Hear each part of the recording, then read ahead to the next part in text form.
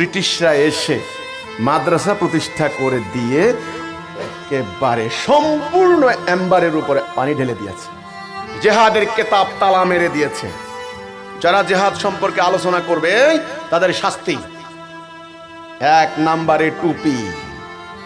মাদ্রাসার যে স্টুডেন্ট টুপি না পরে মাদ্রাসায় গিয়েছে, বহু স্টুডেন্টকে এমন পিটুনি দিয়েছে, পিটুনির ডরে ওই স্টুডেন্ট জীবনে আর লেখাপড়া করেনি। তাকে আমি জিজ্ঞাসা করলাম, ভাই তুমি মাদ্রাসা ছাড়লে কেন?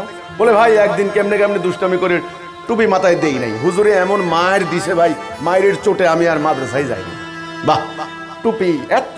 আমি বললাম, তো তোমার টুপির জন্য এত মায়ের দিল কেন? বুঝলাম না, হুজুরের পিঠে আর কয়। আর আমি বললাম, হুজুর ভুল হয়ে গেছে। না, কোনো কথা নাই, ভুল কি? টুপি মাথায় দিলি না কেন? ইমামুজ্জামানকে পাওয়ার পরে বুঝলাম হুজুরের টুপির জন্য কেন পিটাইল। কারণ তিনি যেই মাদ্রাসা থেকে শিক্ষা নিয়েছেন, সেই মাদ্রাসায় ওনার রক্তে রন্ধ্রে রন্ধ্রে, ওনার মন মগজে ওই ব্রিটিশ খ্রিস্টানরা ওনার পাছার মধ্যে পিটাইয়া টুপি শিখাই দিছে।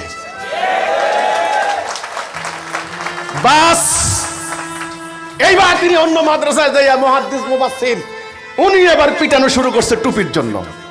তাইলে পিটানি কোত্থেকে আসছে? ব্রিটিশ খ্রিস্টানদের থেকে।